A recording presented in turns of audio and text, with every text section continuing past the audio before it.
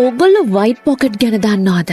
White pocket කියන්නේ මේ ඇඳුම් වල තියෙන එකක් එහෙම නෙමෙයි යානේ. මේක තියෙන්නේ ඇරිසෝනාවේ වර්මිලියන් ක්ලිෆ්ස් ජාතික ස්මාරකය. අන්න එතන කැපී පෙනෙන ප්‍රදේශයක් තමයි මේ වයිට් පොකට් කියලා කියන්නේ. මෙතන තියෙන සංයුතීන් ප්‍රධාන වශයෙන්ම නවාජෝ වැලිගල් වලින් සමන්විතයි කියලානේ කියන්නේ. මේවා සහස්‍ර ගණනාවක් පුරා පාෂාණමය පුරාණ වැලි කඳු වලින් ආරම්භ වෙලා තියෙනවා කියලා තමයි දැනට හොයාගෙන තියෙන්නේ. සුළඟින් ඒ වගේම ජලයෙන් සිදුවන කාදනයේ හින්දා මේ පාෂාණ සංකීර්ණ හැඩතලවලට මූර්තිමත් වෙලා තියෙනවා කියලා විශේෂඥයෝ කියනවා. විශ්මිත රටා එතකොට අසාමාන්‍ය වයනය සහිත භූ දර්ශනයක් මෙතන නිර්මාණය වෙලා තියෙනවලු. මේ හැඩතලවල ප්‍රතිඵලයක් හැටියට හරියට වයිට් පොකට් පිටසක්වල ස්ථානයක් විදිහට තමයිලු බැලූ බැල්මට පේන්නේ.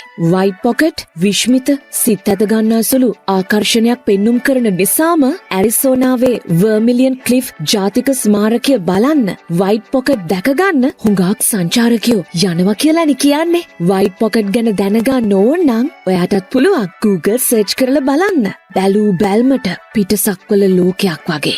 අපිලගේ morning show එක. සතිය දවස්වල උදේම අහන්න.